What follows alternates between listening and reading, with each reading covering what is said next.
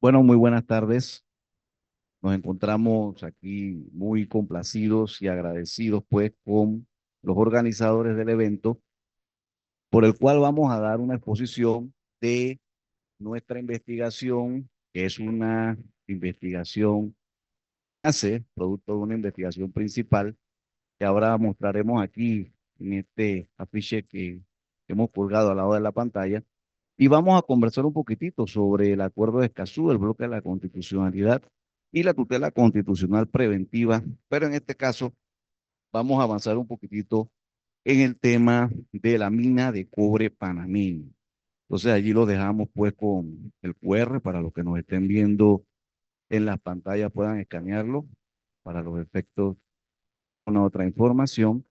Y bueno, obviamente, pues en este tema me gusta a mí siempre ser un poco simbólico. No sé si se ve en el Zoom o en el YouTube, pero el árbol está en conjunto con una balanza atrás en la presentación. Se las voy a dejar colgada después porque eso simboliza algo que va a ser casualmente un seminario que tendremos dentro de 2 meses en la Facultad de Derecho en Panamá y que se va a llamar más o menos así, la transversalidad del derecho ambiental en las distintas jurisdicciones y ramas de derecho. Es decir, el tema ambiental, de una u otra manera, sobre todo ahora que fue incluido dentro de los derechos humanos por las Naciones Unidas y ya venía siendo considerado como parte de tales desde hace algún tiempo por la Corte Interamericana de los Derechos Humanos, pues ha tenido una relevancia tal que ha venido avanzando en aspectos muy significativos. Y en esta disertación de la investigación de hoy vamos a hacer un énfasis en el impacto casualmente en la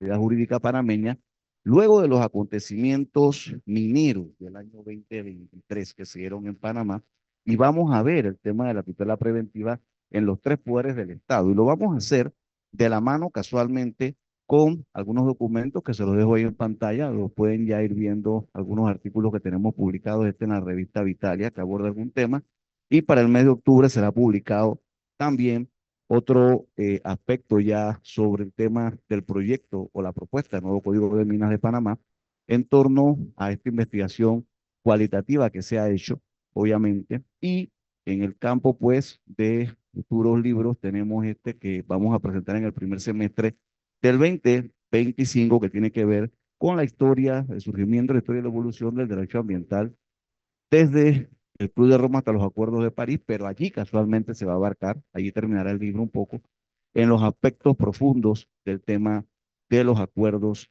de Escazú. Y esto pues se enfoca obviamente en la presentación que tenemos aquí en la conferencia magistral en Relati Colombia, a quien le damos las gracias por habernos invitado a poder exponer en este sentido.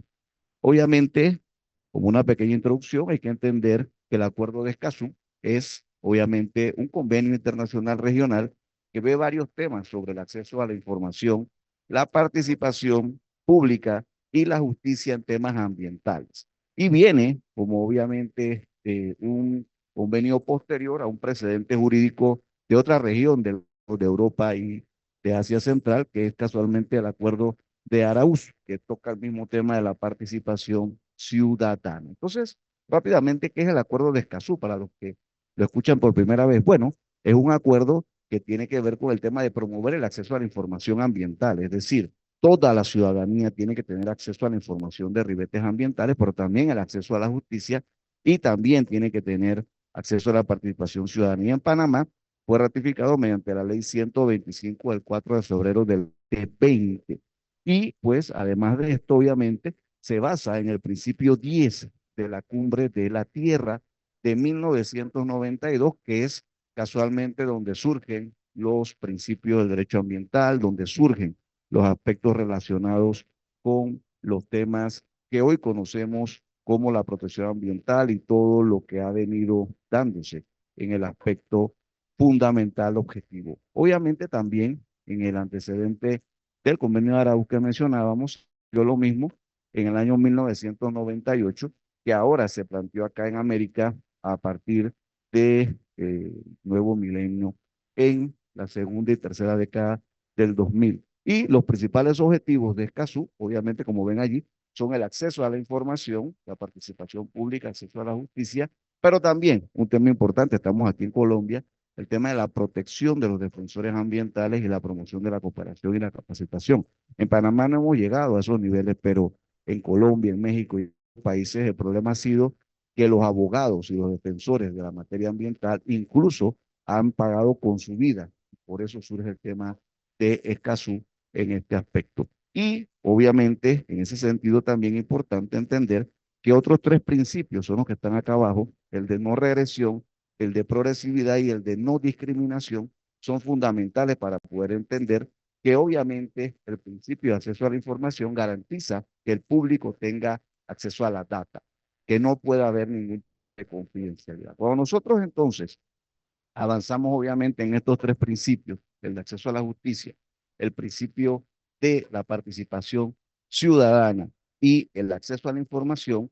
Estábamos realizando en Panamá esta investigación porque casualmente hay un problema serio a nivel de la enseñanza de la abogacía y eso nos lleva a algunas conclusiones de que el problema dentro de nuestra investigación, así lo señalamos, es que obviamente no se ha enseñando el tema ni de derecho ambiental, ni estos temas de lo que viene siendo el control de la convencionalidad desde hace mucho tiempo. Y los principales objetivos que tenía entonces nuestra investigación son estos que se ven aquí. Primero, obviamente, lograr que las autoridades panameñas conceptualicen e internalicen que ya no puede existir en Panamá información de acceso restringido en materia ambiental.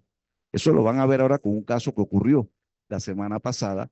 Esto no es obviamente un tema de si me gusta o no me gusta, que cuando Panamá firma un acuerdo internacional, lo que ocurre es que si este convenio es parte del bloque de la constitucionalidad, que lo veremos ahora, significa que es parte de la Constitución. Y lo mismo ocurre en todos los países. Entonces, esa es la famosa Constitución ampliada. Entonces, lo primero, obviamente, que se plantea en ese objetivo 1 es lograr que todas las autoridades panameñas entiendan esto. Y el objetivo 2, que obviamente indica cuando dice los operadores de justicia y demás personeros con mando y jurisdicción, es que las decisiones no solamente se toman en el Poder Judicial, las decisiones se toman en el Poder Legislativo, se toman en el Poder Ejecutivo y también se toman a nivel de los poderes locales, es decir, las alcaldías, las juntas comunales en Panamá y otro tipo de gobierno descentralizado, pero también en entidades que no forman parte de ninguno de los tres poderes del Estado. Y lo último, dentro de nuestra investigación, tenía que ser demostrar, obviamente, que la figura que en Panamá se llama advertencia de inconstitucionalidad era la figura de tutela constitucional preventiva efectiva para evitar los daños irreparables en la violación de la Constitución y de los convenios. Es decir, lo que mencionaba del bloque de la constitucionalidad, que obviamente no es lo mismo la advertencia que la demanda. El problema es que la demanda de inconstitucionalidad, cuando sea, por más rápido que falle, como nos ocurrió el año pasado con la mina, en el caso de Panamá, ya los daños se han dado. El año pasado en Panamá, después del debate con el tema de un contrato minero, que veremos adelante, efectivamente hubo heridos, hubo meses de riesgo en la economía nacional y hubo personas fallecidas producto de las protestas. Todo esto se pudo haber evitado si en advertencia de inconstitucionalidad se hubiera frenado, que es lo que busca la advertencia, el proceso de aprobación de esa ley y se hubiera dado por lo menos el espacio, eso es lo que buscó Escazú y por eso este tercer objetivo, de analizar si era o no inconstitucional lo que se estaba haciendo antes de aprobarlo y no después del daño. Eso obviamente nos lleva a unos hechos recientemente ocurridos el día viernes de la semana pasada. ¿Qué ocurrió en Panamá? El día 13 anochecimos básicamente con la aprobación de tres resoluciones por el Ministerio de Ambiente. Estos son extractos de medios de comunicación panameños, de tres resoluciones que casualmente, miren, contrario a lo que nosotros veníamos planteando y lo que involucra nuestra investigación, de que no se puede negar el acceso a la información, estas tres resoluciones de tres ministerios, el de la Presidencia, el Ministerio de Ambiente y el Ministerio de Comercio e Industria, que en Panamá ve el tema de las minas, decretaron, o podría decirse, normaron, porque no decretaron porque no son decretos, ahora explicaremos eso, sino que normaron a través de resoluciones, indicaron que se restringía el acceso a toda la información producto del tema de la mina de cobre panameña. Eso ocurrió el día viernes en la tarde y unas horas después, me explico, o unas horas después, porque ni siquiera 24 horas, era ya sábado, sale el presidente de la República indicando que ordenaba la derogación de los 3 decretos, decía el presidente, aquí en esta noticia, que habían sido aprobados el lunes. Entonces, ¿qué estaba ocurriendo? Yo me voy a enfocar en el tema objetivo de la investigación, porque miren qué interesante, ¿sí? Eso ahora se los voy a aumentar. Lo que estaba ocurriendo en estas resoluciones que están viendo allí, que las voy a pasar rápidamente hasta llegar a una que me interesa que vean, es que efectivamente nosotros teníamos resoluciones, como pueden, creo que se va a leer ahí en la pantalla. Esta era la resolución, por ejemplo, del Ministerio de Ambiente. Miren lo que decía, lo voy a leer y me permito citar. Ordena y declara de acceso restringido toda la información y documentación relacionada a los procesos arbitrales, tanto a nivel nacional e internacional, o en que sea parte del Estado por conducto del Ministerio de Ambiente, exceptuando la información ambiental definida por el acuerdo, óigase bien, regional sobre el acceso a la información, la participación pública y el acceso a la justicia en asuntos ambientales en América Latina y el Caribe, hecho en Escazú, Costa Rica, el 4 de marzo del 18. Lo mismo que estábamos investigando y lo mismo que estábamos diciendo. Los otros dos, o las otras dos resoluciones, ahorita lo voy a pasar, decían lo mismo, pero no mencionaban Escazú. ¿Qué quiere decir esto? Que de alguna manera las presiones que se dieron, porque se dan en América Latina presiones para que se salten los temas ambientales, hicieron que se aprobaran 3 resoluciones y esta nos llama la atención porque casualmente menciona Escazú y dice, bueno, es que se declara de acceso restringido toda la información excepto las ambientales cubiertas por Escazú. ¿Qué es lo que emite el Ministerio de Ambiente? Materia ambiental. Entonces, no puede haber en un Ministerio de Ambiente ninguna información que no sea de materia ambiental. Y por eso es que obviamente se planteó el tema de que no podían tener validez. Entonces, la acción del presidente de la República, miren ustedes, esto es lo que ocurrió el lunes, entonces, automáticamente fueron publicadas en otra gaceta oficial 3 resoluciones, que ya se las aumento, decían lo siguiente, ¿sí? Que ahora, el 16 de septiembre del 2024, 3 días después, se deja sin efecto la resolución tal que ordena y declara el acceso restringido a toda la información. Lo que se dio en la realidad es que el presidente de la República, no sabemos obviamente bajo qué parámetros, o en realidad, yo soy que aplaudirlo, hizo lo que venimos hablando y concluyendo en nuestra investigación. Hizo el control previo de la tutela constitucional. Hizo el control de la convencionalidad, doctor Farley. ¿Qué es lo que ocurrió? Que el presidente, que es lo que venimos señalando que no es nada más en la Corte Suprema de Justicia, vio que se estaba violentando el acuerdo de Escazú y tomó una decisión y lo que acababan de aprobar se deroga inmediatamente porque era obvio la violación de un convenio del bloque de la convencionalidad y parte del bloque de la constitucionalidad. Entonces, qué interesante que en el medio de esta investigación que tenemos, donde el tema de la relación entre los derechos humanos y el medio ambiente en Panamá se venía debatiendo y nos tocaba tener que demostrar que sí se podía hacer control de la convencionalidad, este hecho que ocurrió casualmente la semana pasada, entonces nos llevó a dar por lo menos el parámetro de lo que nosotros... Y eso que quería mostrar obviamente es el reconocimiento en la Constitución panameña de estos aspectos que estamos nosotros conversando y que por eso se hacen obviamente necesarios. Y es que desde el preámbulo de la Constitución panameña se detecta el tema de que existen el control de la convencionalidad y hay jurisprudencias que también obviamente nos plantean todo lo referente en Colombia. Aquí en Colombia está la sentencia T660 del 2015, la T38 y la T361, que también reconocen cómo el tema de Escazú tiene ya una relevancia constitucional. Esto rompe paradigmas, porque lo que ocurre es que normalmente los tribunales, los abogados, el poder judicial, el poder legislativo, no comprenden qué es esto del control de la convencionalidad. Y lo que tiene que ocurrir en el ABC del control de la constitucionalidad, se aplica el control de la convencionalidad, es decir, al usted analizar los convenios, el control de la convencionalidad, realmente está haciendo un control constitucional porque los convenios son parte del bloque. Y eso es la teoría del bloque de la constitucionalidad. Es decir, la constitución no es solamente la Carta Magna, son los convenios internacionales que forman parte del bloque, pero también lo son, por ejemplo, los fallos de la Corte Suprema de Justicia en materia de inconstitucionalidad, que entonces son cosas juzgadas constitucional.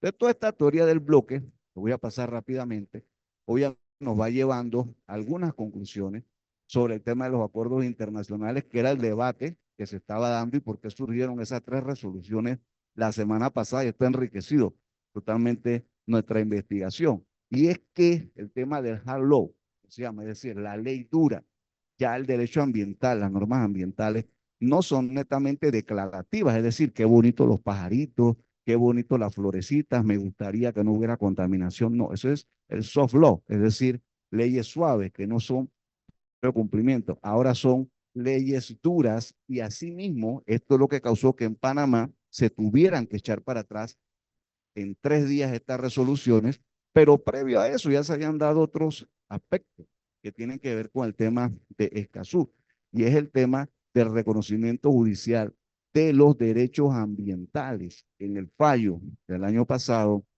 casualmente, casualmente con el caso minero, lo que se dio básicamente es que en estos últimos 3 minutos que me quedan de exposición, es que se tenía que entender lo referente a qué está encima de qué en cuanto a convenios internacionales. Y lo que ocurría es que hay 4 modelos jerárquicos de los convenios. Algunos países reconocen que los convenios están por encima de la Constitución, otros a nivel de la Constitución, otros que son obviamente leyes que tienen una jerarquía mayor que las leyes, pero son leyes, y otros que los convenios tienen la misma jerarquía que la ley. Panamá está al nivel de la Constitución. Entonces la Corte Suprema de Justicia determinó en su sentencia de el año pasado con respecto a los temas de inconstitucionalidad, y por eso el tema aquí en las conclusiones, sí, varias cosas. Y entre esas, el tema de el choque entre diversos convenios, ¿sí? Referente al conflicto, más un poquito para acá, referente al conflicto entre los convenios de otra índole y ambientales, la Corte Suprema de Justicia indicó en el fallo de Petro Minero que al confrontar la ley 69 del 26 de octubre de 2010, que aprueba el Tratado de Libre Comercio entre la República de Panamá y Canadá, y la ley número 39 del 14 de noviembre del 97, por la cual se aprueba el convenio entre el gobierno de la República de Panamá y el gobierno de Canadá para la promoción y protección de las inversiones, o cualquiera otra de esta índole, señala la Corte en el fallo que frente a cualquiera de las otras leyes que aprueban convenios ambientales como Escazú, cambio climático, diversidad biológica, entre decenas más, todas ellas están por encima del Tratado de Libre Comercio, que no forma parte del bloque de la constitucionalidad. ¿Por qué? Porque el artículo 50 de la Constitución dice que cuando hay una confrontación entre dos normas jurídicas que tienen la misma jerarquía, la norma que tiene que ver con el aspecto social está por encima de la norma que tiene que ver con el tema privado. Y definitivamente las inversiones económicas que trataban de hacer con las resoluciones que restringían el acceso tienen que ver con un tema que económico, mientras que los aspectos que está viendo Escazú y el tema ambiental y el daño ecológico puro tiene que ver entonces con los temas sociales de derechos humanos y de protección del ambiente. Y eso me lleva obviamente a la ficha que tengo aquí, que es el afiche principal sobre el nuevo proyecto de Código de Recursos Minerales de Panamá, que en conclusión, y con eso termino, pues plantea que tiene que hacerse un nuevo código que esté basado en los aspectos ambientales. Ese nuevo código tiene que estar relacionado con la aprobación también del Código de Ambiente de la República de Panamá para que sea el equilibrio correcto, y obviamente tiene que fortalecerse la enseñanza de los derechos sociales en la República de Panamá, porque se ha hecho mucho énfasis solamente en la enseñanza del área del derecho privado. Concluyo con esto. Muchas gracias y buenas tardes.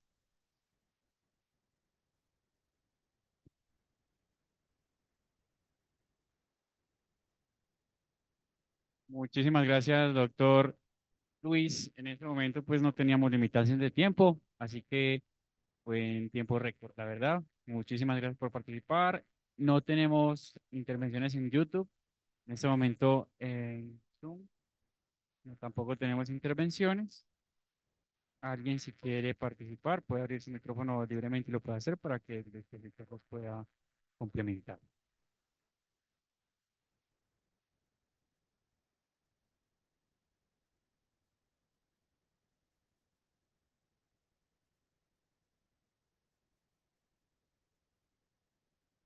Gracias, Luis, por tu presentación de la Universidad de Panamá, Francisco Farmen. Me queda mucha curiosidad de este tema ahora que lo escuché completo y tiene que ver con la aplicabilidad de estas cosas. Las normas, leyes, tratados, convenios, acuerdos y todo este tipo de reglamentaciones legales muchas veces quedan en letra muerta.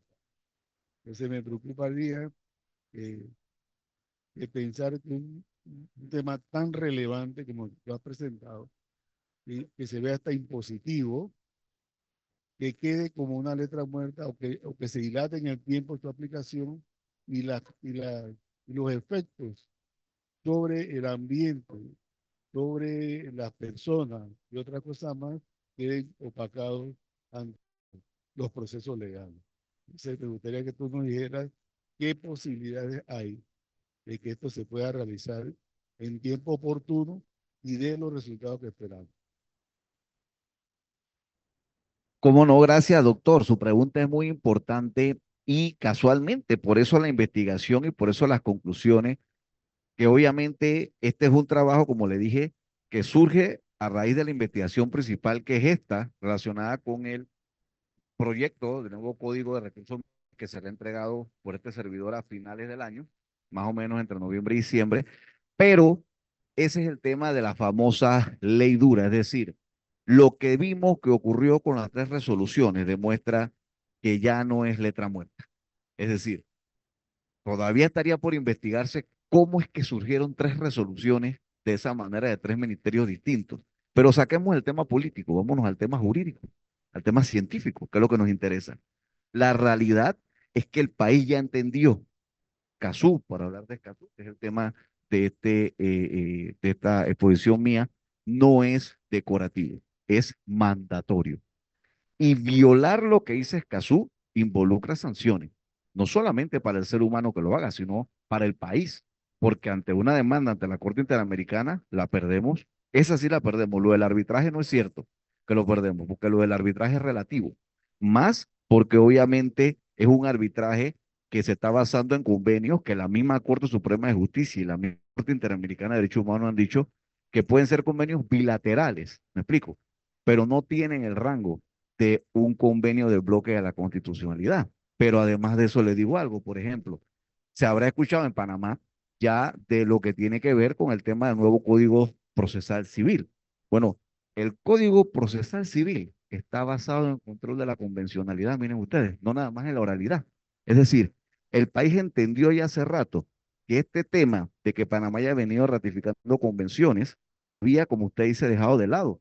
La gente pensaba que eran decorativos. No, ya la Corte, los tribunales y todos los funcionarios administrativos, incluso legislativos, tienen el deber de hacer control de la convencionalidad. Y lo que se está planteando en el procesal civil es que los jueces civiles, me explico, tienen que hacer control de la convencionalidad. ¿Qué significa, Luis Barría? Que los jueces tienen que hacer control de la convencionalidad. Literalmente que usted puede estar en un proceso civil, en un juzgado de circuito, y ese juez, usted le puede alegar artículos de un convenio de derecho ambiental que esté relacionado con el tema que se está debatiendo en ese litigio, y el juez tiene que hacer el control de la convencionalidad porque usted se lo está señalando. Ya no es que el juez tiene que ni siquiera irse en la figura que yo digo de advertencia de inconstitucionalidad para consultar a la corte. No, es que el juez debe conocer qué cosa, el derecho. Y el control de la convencionalidad significa, aunque suene duro, que nuestros jueces van a tener que tener en su cerebro no nada más los pocos artículos que tiene la Constitución, sino si tomamos en cuenta todos los convenios ambientales y de derechos humanos que son parte del bloque de la constitucionalidad. Son cerca de 10.000 artículos, imagínense. Entonces, claro, que está dándose un gran debate. Bueno, pero es que sí tiene que ser, porque si no sería lo que usted menciona, doctor, que había sido así hasta ahora, hasta que llegó ¿qué? Escazú. Que Escazú sí fue poniendo los puntos sobre las IES, y no es solo Escazú, la verdad es que hay otra serie de convenios que también han planteado eso. El tema de esta investigación subsecuente con respecto al nuevo Código de Recursos Minerales va obviamente de la mano porque el problema que se dio en Panamá, con eso concluyo la pregunta que usted me hizo el año pasado, aunque no lo crea, las consecuencias sociopolítico-culturales jurídicas son mucho más allá que solamente el tema de la mina per se. Lo que ocurrió fue que hubo una explosión que social. Quizás la mina fue el detonante, pero hubo una explosión social. Y eso quiere decir que hay falencia jurídica. Y esto cae en el tema de que en las facultades de Derecho, mire, casi la Universidad de Panamá es la única que da Derecho Ambiental y Derecho de Minas en su pensum. El resto de las universidades privadas no están dando Derecho Ambiental y Derecho de Minas. Entonces, ¿qué ocurre? Que en Derecho hay tres áreas: el área de Derecho privado, el área de Derecho público y el área de Derecho social. Es como si los médicos hablaran de un urólogo, de un cardiólogo, de un neurólogo. Obviamente usted no le va a pedir a un ginecólogo que haga una operación del cerebro, porque todos son médicos, se llevan por aspectos muy diferentes. Lo que está ocurriendo es que en Panamá la mayoría de los abogados, cerca del 70%, están formados en derecho privado. Entonces, cuando se enfrentan a temas como estos, que están dentro del derecho social, no entienden los aspectos de los principios, no entienden la lógica jurídica de todo esto, y se pensaba que era un tema netamente ¿qué? Declarativo, la soft law. Ya eso no es así. Entonces, como es hard law, usted lo acaba de decir, es impositivo, de obligatorio cumplimiento, y esto trastoca. Por eso el tema del seminario dentro de 2 meses, que a los que nos están viendo en Panamá, ojalá vayan, la transversalidad de derecho ambiental, porque obviamente vino para quedarse y rompe paradigmas que involucra el tema también de cambiar algunos aspectos en la aplicación de la ley y en las decisiones judiciales. Perfecto, muchísimas gracias, doctor Luis Barría. Con eso finalizamos el encuentro de exposiciones de hoy. Agradecemos a todos los participantes, tanto presenciales como a través de nuestras plataformas digitales, Zoom y YouTube. Con esto doy cierre y nos vemos mañana para que comencemos una nueva jornada y próximamente una clausura del evento. Muchísimas gracias a todos.